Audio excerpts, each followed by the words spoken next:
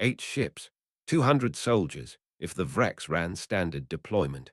One scout vessel, shields already screaming, weapons locked on a formation built to level a city by nightfall. "You are one scout with a light vessel," the Vrex commander said over the channel, amused. "You cannot stop us." Vethar didn't answer yet. His hand hovered over the fire control, and the proximity klaxon kept counting down a number he didn't want to hear out loud. It hadn't started here. It had started 6 hours earlier, in a room full of children who didn't know what a Vrex was, and Vethar had walked into it expecting nothing more dangerous than a lesson on old wars. The building itself had told him this would be simple work. Single-layer brick, windows everywhere, one guard at the front door who looked older than the school and was busy with a crossword puzzle. He'd phased through the wall without spending a fraction of the energy the job deserved and followed the noise. Lockers slamming, sugar-fueled shouting. A species that seemed, by every metric his scanner offered, entirely unfit for what was coming.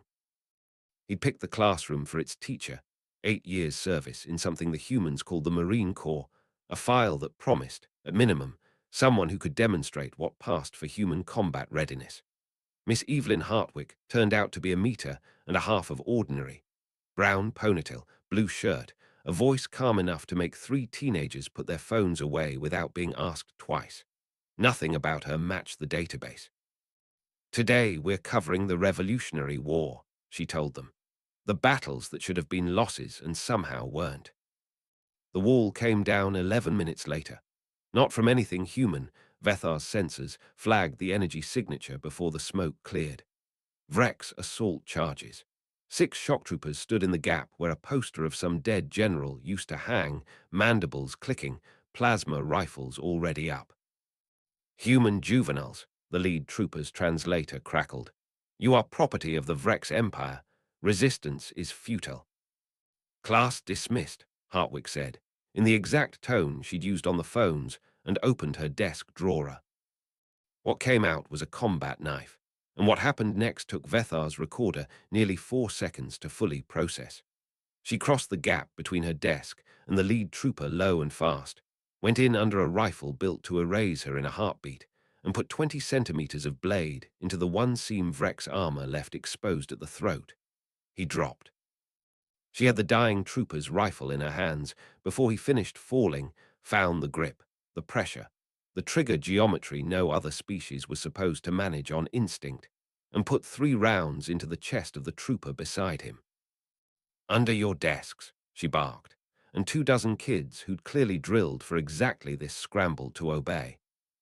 The remaining 4 opened fire together, and the room turned into a blender of scorched metal and burning cork board. By every calculation Vethar's ship carried, a single unarmored human should have ended there, folded into the wreckage with the desks. Instead, she fought like something the database had no entry for. She rolled through her own desk as it dissolved to slag, came up shooting, blinded a 3rd trooper, and finished him before the pain had time to register.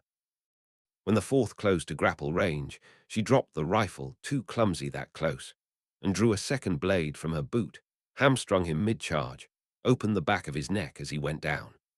She was laughing while she did it, teeth bared, alien blood streaked across one cheek, and something in Vethar's threat assessment simply broke and had to be rebuilt from the ground up in real time.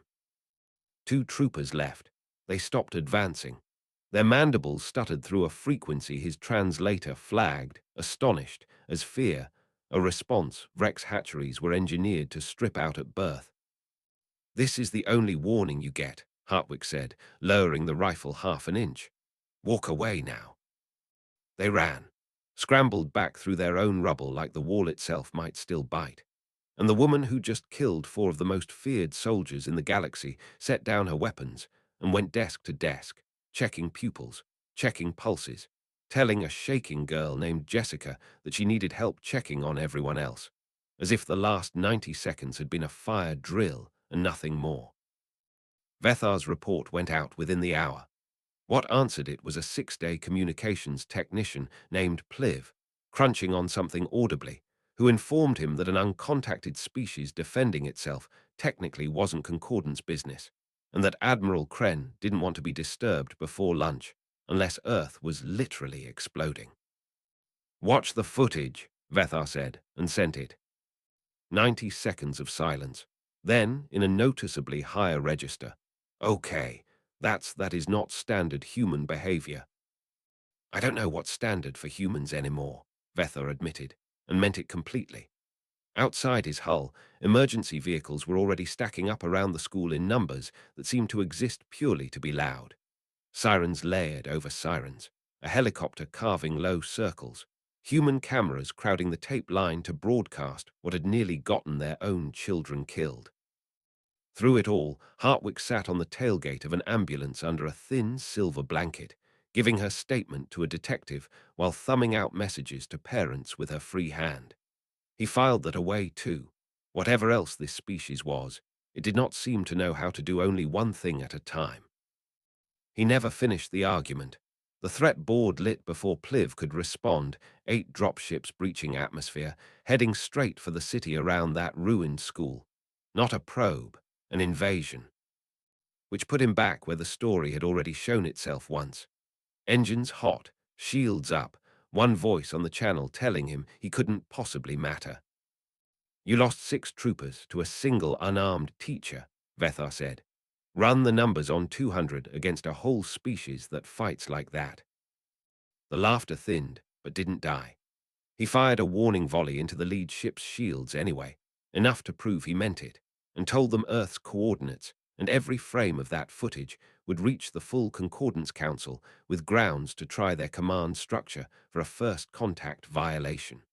The silence that followed lasted long enough that he'd started composing his own resignation before the commander spoke again. "We will return, with more ships. This world will belong to the Empire." "Good luck with that," Vethar said, and watched 8 ships climb back out of a sky he had no legal authority to defend. Admiral Kren's transmission came through before his hands had finished shaking. He braced for a tribunal and got something else. "I've watched the footage 6 times, Kren said. "A school teacher stopped an alien strike team before lunch period ended. I think this species can survive meeting us properly. Land your ship, Vethar. Go tell Miss Hartwick what she's part of now. You have 12 hours before the Env arrives." He sat down on the school's empty athletic field at dusk, dropped his cloak walking in. There seemed little point hiding from a woman who'd apparently clocked him weeks earlier, and found her in the gutted classroom, sweeping glass off her desk with the same economy she'd used on the troopers. Her knife was already cleaned and back in the drawer. "Took you people long enough," she said, without turning around. "You knew." "I've watched that shimmer by the window for 3 weeks, figured it was either government surveillance or something worse." She nodded at a dead trooper still cooling by the missing wall. "Guess I had my answer." He told her everything then, standing in the wreckage with the evening light going orange through the hole where a wall used to be. What she'd killed, what empire it belonged to, that first contact was no longer a choice either species got to schedule on their own terms. A diplomatic team was already burning toward atmosphere. The Vreks would be back within a month, likely with a battle group this time, and Earth had exactly that long to stop being unprepared. She didn't flinch through any of it. She set the last piece of glass in the bin and finally looked at him directly, and he saw the same cold arithmetic in her eyes that he'd watched her run against 6 armored soldiers, weighing threats, counting exits, already 3 moves ahead of the conversation he thought he was having. "So they're definitely coming back," she said. "Within the month, possibly worse than this." She was quiet long enough that Vethar started rehearsing the rest of the briefing, protocols, timelines, what the envoy would need from her by morning. She cut through all of it before he got the first word out. 23 kids went under their desks today because we drilled for exactly that," she said. "Not because anyone told them aliens were real. Because somebody, a long time ago, decided that if the worst day came, these kids weren't going to freeze. That's the whole job, Vethar. Every year of it." She nodded toward the hole in the wall, at the 4 bodies the cleanup crews hadn't reached yet. "You saw what one teacher does when that math holds. Wait until it's the whole species running the drill." "Good," she added, and it wasn't bravado. Her voice had dropped into something quieter, almost tired, almost proud. Then it will not matter what you send through that wall next time. We'll meet it. Vethar didn't have an answer that matched that. He didn't try to build one. Outside, the last of the emergency lights swept red across the gap in the brick.